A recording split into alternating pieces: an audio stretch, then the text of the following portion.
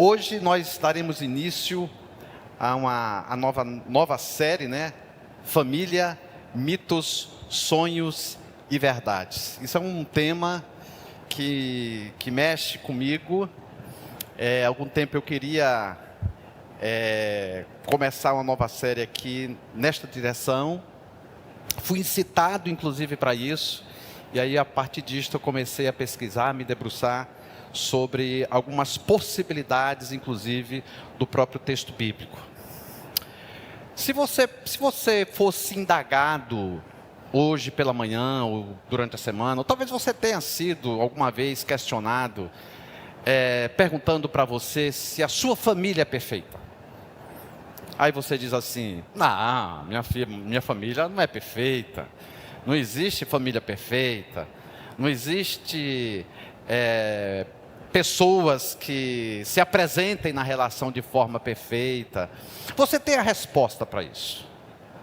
E a resposta vai na direção de uma compreensão, de olhar a família de uma forma saudável. Mas aí eu fico aqui, durante essa semana principalmente, eu fiquei me perguntando se a palavra perfeição não foi substituída pela palavra saudável. E a palavra saudável não remete à família impecável. E aí eu fiquei pensando sobre isso, porque muitas das nossas condutas na relação com as nossas famílias, nós terminamos substituindo apenas a palavra, mudando apenas a nomenclatura, mas o nosso comportamento, ou a nossa relação familiar, termina circulando em busca de uma família perfeita.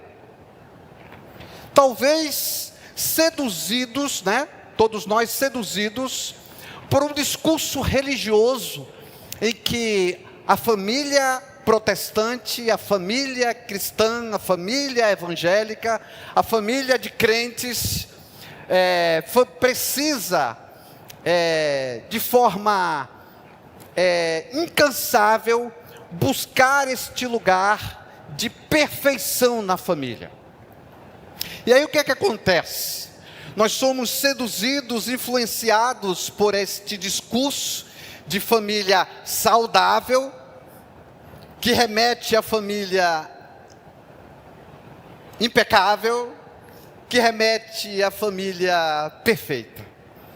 E aí começamos a nos movimentar dentro das nossas relações, de diversos sistemas familiares, a partir dessa busca.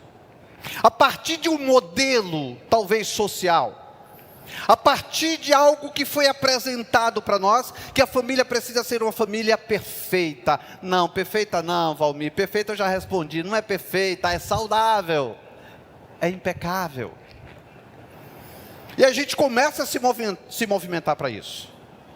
E a gente começa a se movimentar de que maneira? A gente começa a olhar os erros da família, os comportamentos inadequados da família, a maneira que o outro trata o membro da família. A gente diz: não é assim que se porta, não é assim que se apresenta, não é assim que você deve tratar as pessoas, é assim que você deve ser, e você precisa melhorar, e você precisa se empenhar mais para isso, e você precisa trabalhar mais essas questões em você, e você precisa, dia a dia, buscar ajuda neste sentido, para que você seja um filho melhor, para que você seja um pai melhor, para que você seja uma mãe melhor, para que você seja uma família melhor. Percebe só? E aí a gente começa a trazer isso para a gente. E aí a gente não consegue mais ver as potencialidades. A gente não consegue mais validar a história que foi construída nessa família. A gente não consegue mais perceber os pontos fortes desta família.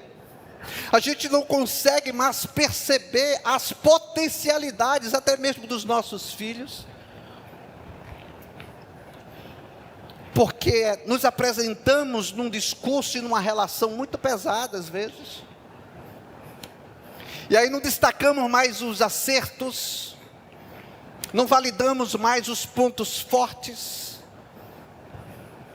Meu pai é isto, meu pai é difícil, meu pai é terrível.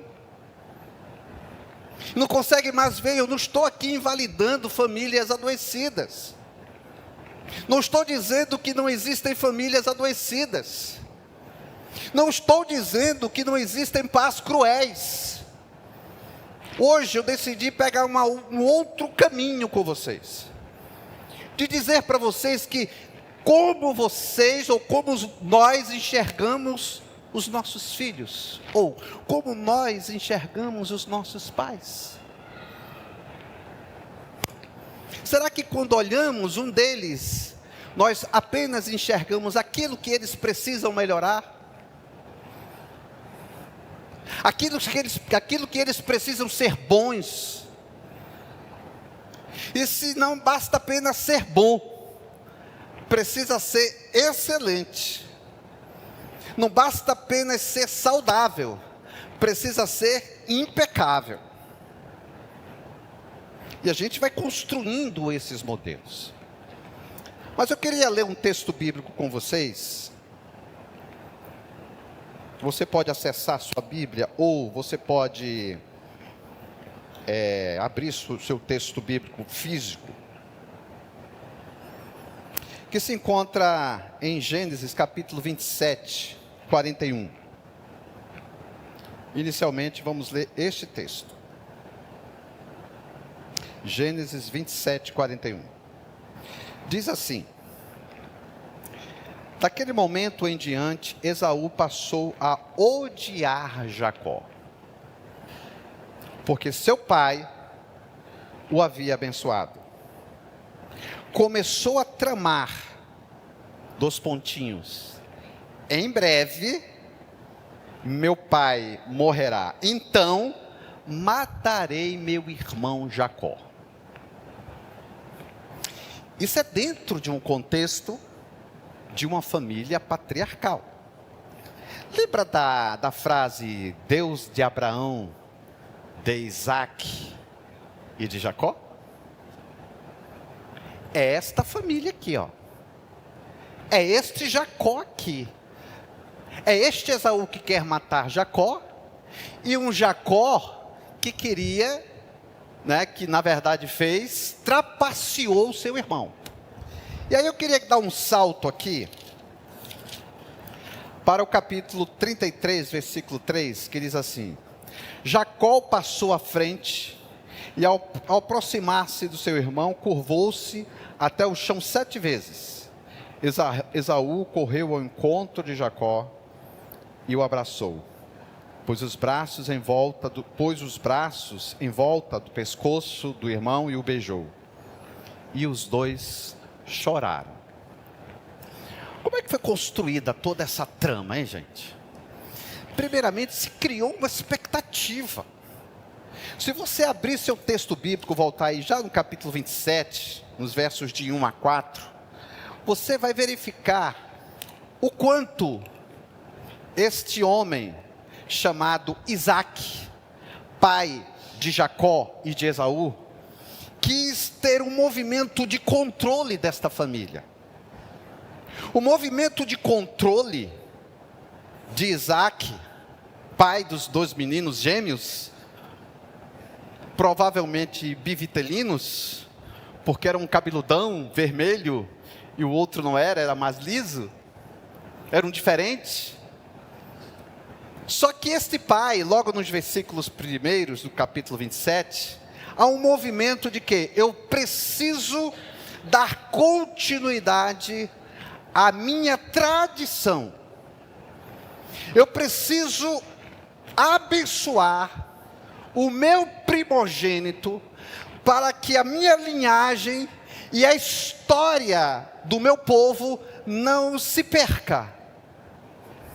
Então eu preciso dar continuidade a essa tradição. E a tradição dizia que ele precisava dar a bênção a seu primogênito. Aí você diz assim, mas eram gêmeos. Mas Esaú foi o primeiro a nascer. E depois Jacó veio logo em seguida, fazendo o quê? Segurando o calcanhar dele. E isso faz muito sentido. Eu vou falar depois por quê.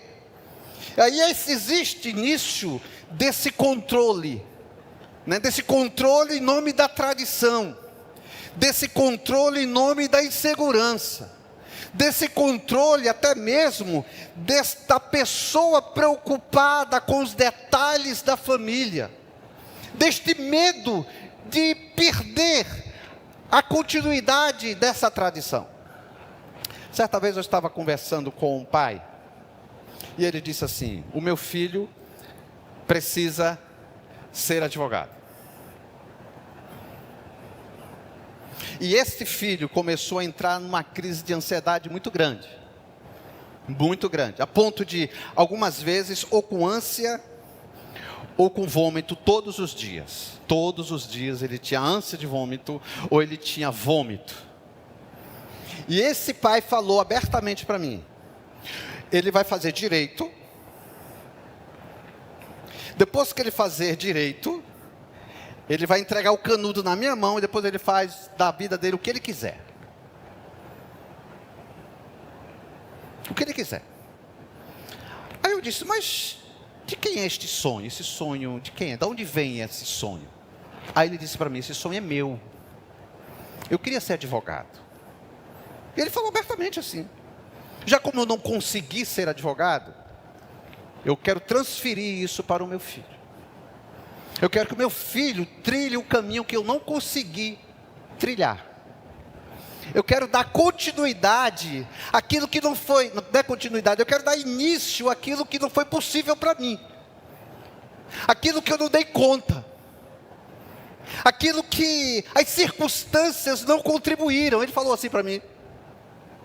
Mas viu só como esse pai tenta conduzir esse filho para algo que ele não conseguiu realizar, um sonho que ele não conseguiu abraçar, verdades que poderiam ser possíveis para ele alcançar, mas ele abriu mão disso por algum motivo. Isaac, na relação com os filhos, queria ser isso, queria dar continuidade a isso, queria dar continuidade a um sonho dele. Quantos sonhos são nossos e imprimimos na família e exigimos na família? Eu fico perguntando aqui, essa busca por uma família saudável, isso não fala de nós. Quando a gente diz assim, a minha família não é perfeita, a minha família é difícil, a minha família é cruel, a minha família não dá conta disso, a minha família é desajustada, a minha família é desorganizada, a minha família é desestruturada, a minha família é adoecida. E aí eu fico me perguntando se esse olhar da pessoa sobre a família não fala mais dele do que da família. Será que ele consegue lidar com as suas falhas? Será que ele consegue lidar com as suas dificuldades? Será que ele consegue trabalhar e processar as suas limitações? E aí, como ele não consegue, ele transfere isso para a família? Será que dentro desse sistema familiar há oportunidade para lidar com as dificuldades? Ele foi ensinado para ter paciência e ser tolerante com o outro? Será que dentro dessa família há espaço para compaixão? No sentido de, meu pai errou, meu irmão errou, então, poxa, seres humanos erram. Seres humanos têm dificuldades. Seres humanos falham. Seres humanos tropeçam. Seres humanos têm limites. Então, em nome disso, eu vou perdoar o meu irmão. Em nome disso, eu vou perdoar o meu pai. Em nome disso, eu vou ter compaixão pela minha família. Em nome daquilo que eu aprendi do Evangelho, e que inclusive precisamos até amar os nossos inimigos, em nome desta verdade, Senhor, me ajuda a perdoar o meu irmão. Senhor, me ajuda a perdoar a minha irmã. Senhor, me ajuda a ser amável com a minha família. Me ajuda, Senhor, a ter energia para que eu possa, neste movimento, buscar também soluções para a minha família, para que eu possa me inserir na busca de uma família realmente saudável. Mas quando nós voltamos para o texto, existe uma família que começa a se desajustar. Primeiramente, quando os filhos nascem, Jacó, Esaú e Jacó, existem preferências. O que é que acontece que o texto bíblico narra? Diz assim: Rebeca amava mais Jacó. E Isaac amava mais Esaú. Mas perceba só uma coisa, gente. Dentro do sistema familiar, vem aqui comigo. Se existe um filho, eu sou o queridinho da mamãe. Qual o olhar dele para o pai? E se este pai tem um olhar para um outro filho? Como este filho que não se sente amado pelo pai, vai se movimentar dentro da casa? Então existem duas questões aqui, presta bem atenção. A primeira delas é que Esaú, por ser amado pelo pai, ele se movimenta para agradar sempre o seu pai, para ser sempre o querido do pai. Então o querido do pai, o amado do pai, não pode falhar. Então ele diz assim, né, os amados do pai: eu não posso decepcionar o meu pai, porque o meu pai me ama. Sabe aquele discurso do pai que diz: este filho aqui, esse filho meu é obediente. Esse filho meu aqui, esse filho meu é dedicado. Só que chega do outro lado assim, puxa vida, eu não posso falhar, porque meu pai me disse lá na infância que eu sou um filho dedicado. Eu sou um filho obediente. É muito comum eu ouvir isso dentro da minha prática profissional. Eu sempre fui a filha obediente, mas a filha obediente carrega o peso de não falhar.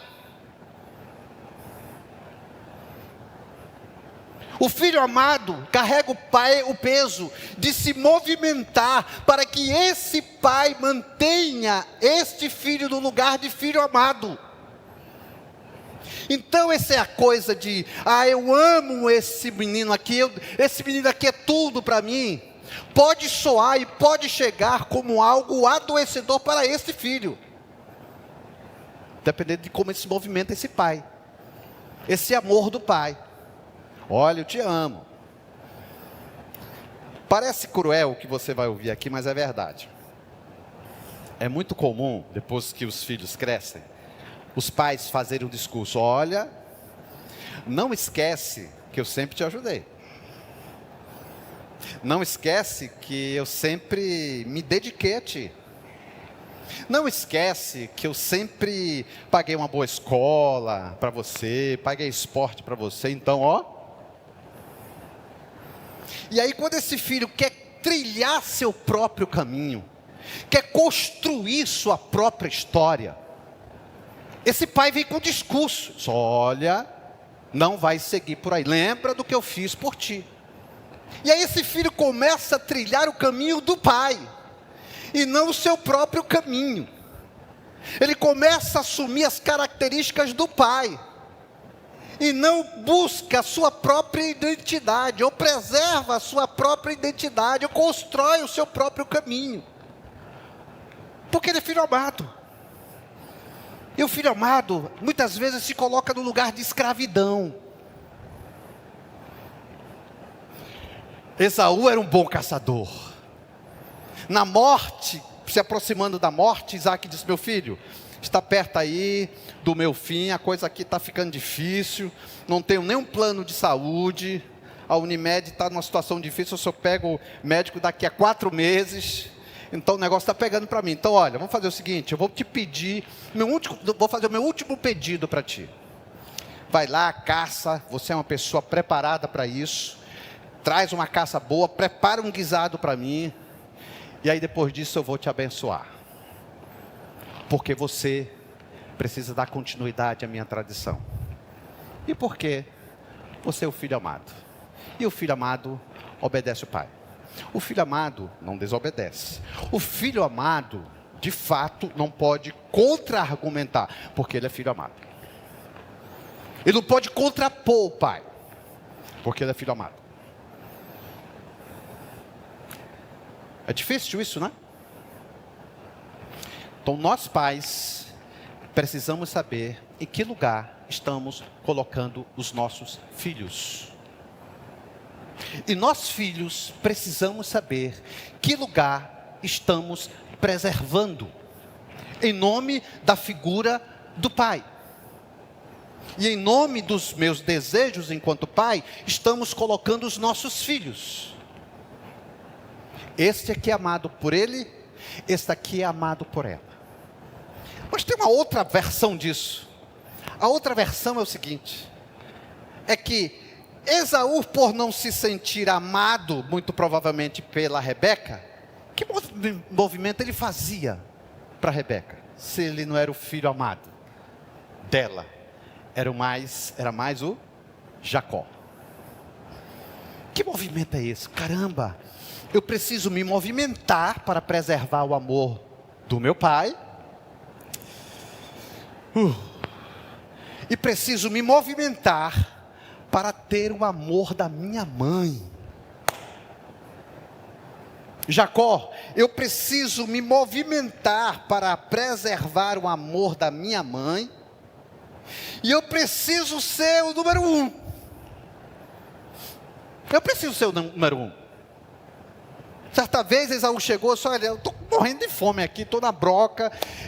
Jacó, tu sabe fazer aquele guisado bom, cara? Poxa, faz aquele guisado bom para mim. Aí Jacó disse assim: só com uma condição. Se você abrir mão do número 1. Se você for o número 2, aí eu faço o guisado para você. A segunda tentativa de Jacó, quando seu pai estava já morrendo, enquanto Esaú foi fazer a sua caçada, para depois preparar o guisado para o seu pai e ter a bênção dele, Jacó se apresentou incitado pela mãe, melhor dizendo, né? Motivado pela mãe, seduzido pela mãe, disse: olha filho, eu tenho uma coisa para te apresentar. Eu fiquei sabendo, uma escuta atrás da porta, que teu pai está disposto a abençoar Esaú, teu irmão. Então corre lá, eu vou preparar esse guisado aqui. Você que não é peludo, vou colocar umas peles na sua mão, no seu pescoço. Vou te vestir com a roupa, inclusive de Esaú. E aí você tem a bênção. Você vai se tornar o número 1. Por que você acha que Jacó se submeteu a isso? Porque não apenas pela sua primogenitura, não apenas pelo desejo de ser o número 1, mas porque também ele queria provavelmente ser amado pelo seu pai.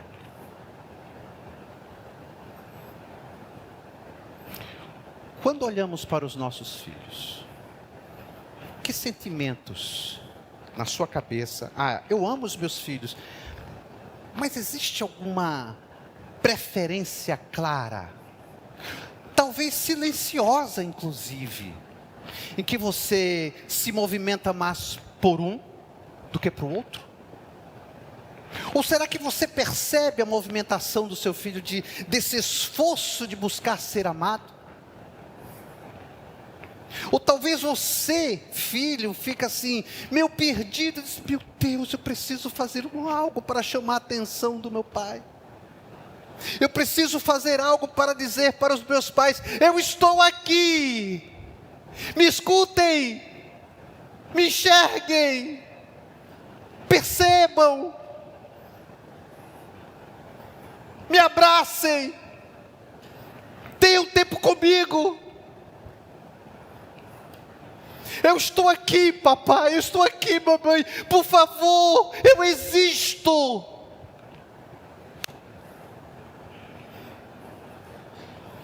A história dessa família patriarcal, escolhida, marcada na história, esta família não é diferente das nossas famílias, de preferências, de tradições,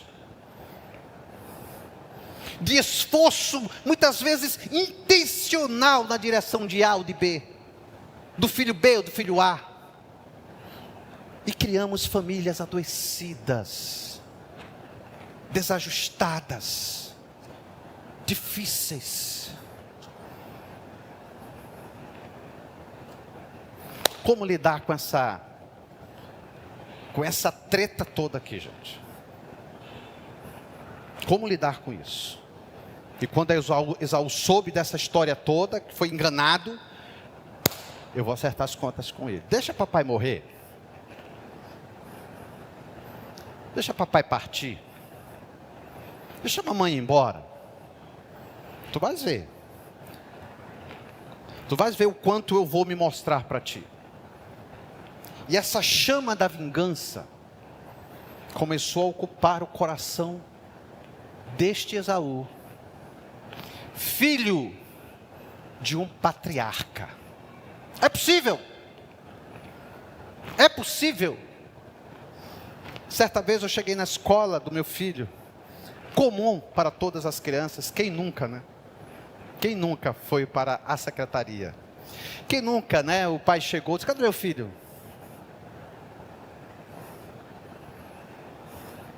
Está lá na secretaria. Quando fala assim, na secretaria, eu disse: teve alguma situação, né? Aí eu cheguei na secretaria, aí eu disse: o que aconteceu? Ah, fez isso, porque eu já falei para ele, viu, pastor? Eu falei para ele assim, ó: você é filho de pastor, você não pode fazer isso. Ah, gente, aí eu fiquei aborrecido. Aí eu disse assim: deixa eu fazer só uma observação aqui para você. Ele não é filho de pastor, não. Ele é filho de Valmi, não é filho de pastor. Porque eu não imponho essa carga para os meus filhos. Muito embora eu seja o pastor deles, mas esse discurso de dizer ou de afirmar que eles são filhos de pastor, isso gera uma cobrança insuportável. Então eu brequei isso, eu frustrei isso, eu impedi isso. Como nós lidamos com as nossas famílias? Ou o que queremos com as nossas famílias? Quando algo foge do ideal. Quando eu quero a família e me esforço para que essa família seja a família ideal, a família que eu enxergo da família A. Né? Às vezes assim: ô marido, queria tanto que tu fosse fulano. Dá vontade de dizer, né? Então vai lá para ele. Queria tanto que minha família fosse parecida com a família do Valmir. Vai lá conviver comigo.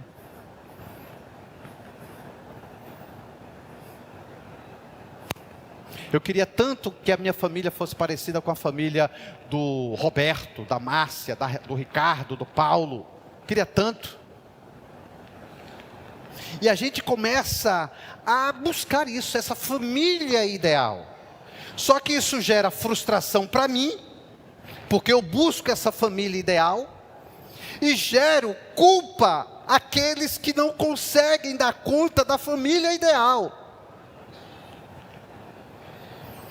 Fique com a família possível. Seus pais não são perfeitos, seus irmãos não são perfeitos, mas se você entender que é possível a convivência, invista nisso. Invista tempo nisso.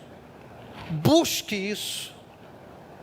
Gaste energia nisto. Então não existe eu vou buscar essa família ideal. Fique com a família do possível e trabalhe com essa família do possível. Não foi possível hoje, mas pode ser possível amanhã. Não foi saudável hoje, mas pode ser saudável amanhã. Foi difícil hoje, mas pode ser tranquilo amanhã. Porque a família do ideal não só gera frustração, mas também rouba a esperança. Eu não tenho mais esperança na minha família, porque eu não consegui a família ideal. Eu não consegui esta família saudável. Eu não consegui esta família impecável. Então, a partir disto, eu queria que você não apenas saísse aqui, eu já sei que a família não é uma família perfeita. Mas saia daqui, mas a minha família é uma família possível, porque isso vai gerar esperança, isso vai gerar fé, isso vai gerar inclusive busca. Senhor, me ajuda a lidar com a minha família. Senhor, me ajuda para que eu possa investir tempo na minha família.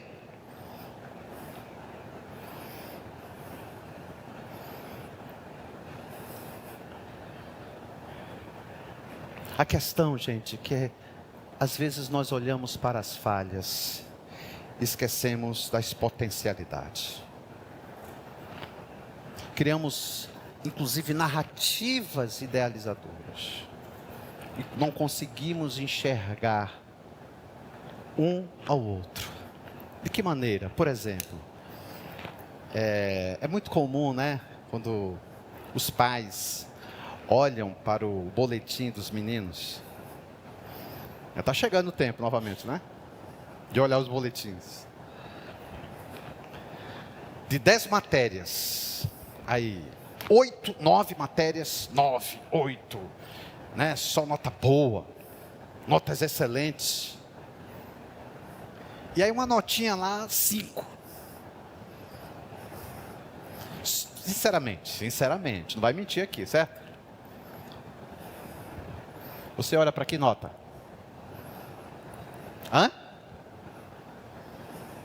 Não quer se entregar, né? Não quer se entregar. Para nota vermelha. Para nota vermelha. Você nem elogia o seu filho. Poxa, filho, foi bacana, muito bom isso aqui. Mas o que aconteceu? Qual foi o problema? Eu invisto, pago reforço. Você está numa boa escola. Eu te dou todas as condições possíveis. E você me tira uma nota dessa. Você está na disciplina. Quando nós nos comportamos assim, não abrimos espaço para conexões com os nossos filhos. Porque o nosso discurso está voltado para a nota vermelha. Para os erros, para os deslizes, para as falhas, para as fraquezas, para os limites. Quando nós voltarmos o nosso olhar para as notas azuis e falar assim: filho, você é muito bom nisso, eu percebo você nisto, para jogar bola, para tomar um banho no igarapé, para passear de bicicleta, vamos bater um papo, vamos sair juntos para um lanche, vamos no cinema juntos. Você cria, conexões e não competição. Você abre espaço para uma vida de fato, de verdade, saudável, e não contribui para que a sua família comece a ter essa configuração da família de Rebeca e de Isaac. Mas se você de repente está nesse caminho aqui, eu quero que você saia daqui com esperança. E a esperança É o último texto que eu li no capítulo 33. Jacó, com medo de se aproximar do seu irmão, e agora o que é que eu vou fazer? Meu irmão quer me matar. Pegou uns gados que ele tinha, eu vou dar como presente para comprar o meu irmão, e ele me perdoar. E no versículo 3 diz assim: Jacó passou à frente, e ao aproximar-se do seu irmão, curvou-se o número 1. Reconheceu que, puxa vida, eu fiz algo errado. Eu preciso reconhecer os meus erros. Eu preciso admitir os meus erros. Eu preciso confessar os meus erros. E aí você abre espaço para ser curado, para ser tratado, para ser trabalhado, para ser abraçado, para compaixão. Eu vou ler esse texto e vou encerrar. Curvou-se até o chão 7 vezes. Esaú correu ao encontro de Jacó e o abraçou. E não apenas deu um abraço caloroso no seu irmão, mas o beijou e chorou. Sua família pode não ser uma família perfeita. Pode não ser uma família ideal. Sua família pode ser esta família que você diz assim: eu poderia ter uma família melhor. Mas para onde você está olhando? Mas eu queria que você saísse daqui com esperança e olhasse para sua família e dissesse assim: puxa vida,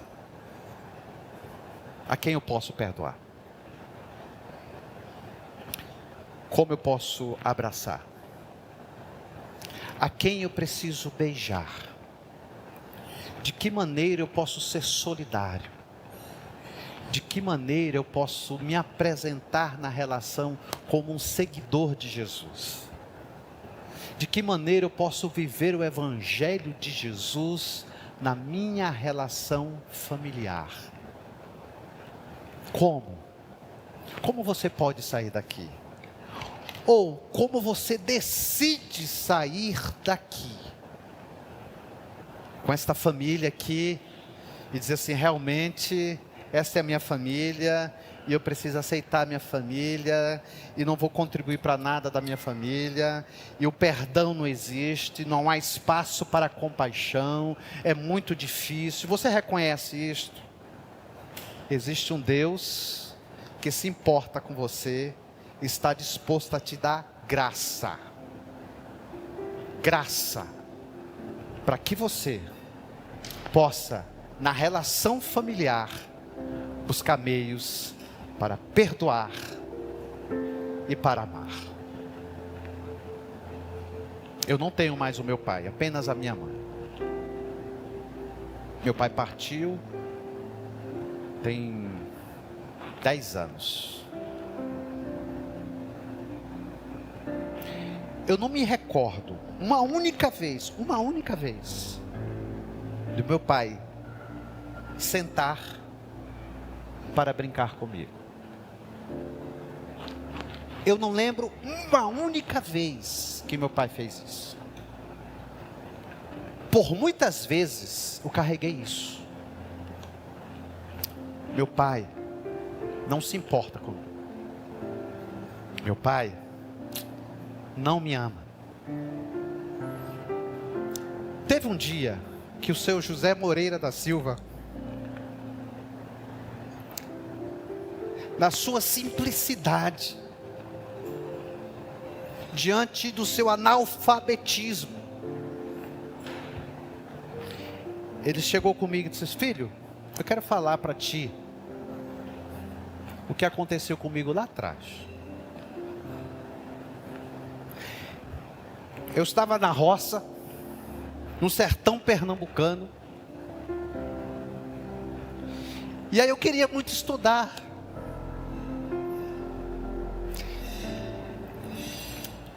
Eu cheguei com meu pai e disse assim: pai, compra um caderno e um lápis para mim?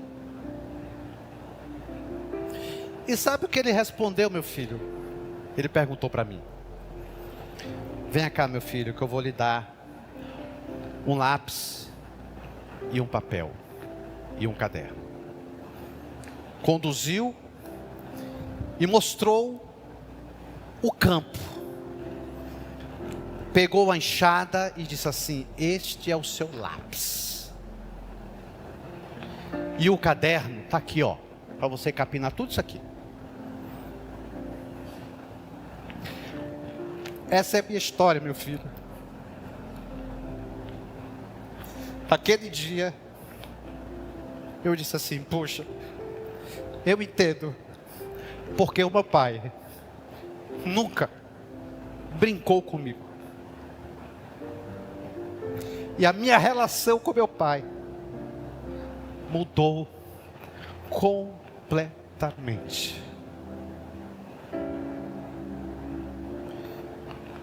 Porque eu entendi que ele tinha uma história por trás dele não dar conta de não brincar comigo. E eu não estou reforçando para você, pai, que você não brinca com seu filho para resgatar uma história e se justificar porque não brinca com seu filho. Porque existe um caminho possível para ressignificar tudo isso. Então, eu queria que você também pensasse, olhar para o seu pai e para sua mãe, que de repente você carrega algumas histórias dolorosas, e olhasse para a história dolorosas, para as histórias dolorosas dos seus pais. E aí, você se abre para o perdão e para um caminho de ressignificar a partir do nosso olhar do Evangelho, e que Jesus amou os seus inimigos, porque nós podemos amar a nossa família dentro daquilo que é possível, dentro daquilo que você reconhece que pode dar conta. Que Deus nos abençoe e que Deus nos ajude para que as nossas famílias sejam famílias em que possamos estar inseridos na busca de uma família saudável, não impecável, não perfeita, mas uma família que a gente possa fazer o possível. Vamos ficar em pé. Eu queria orar ainda com vocês e por vocês.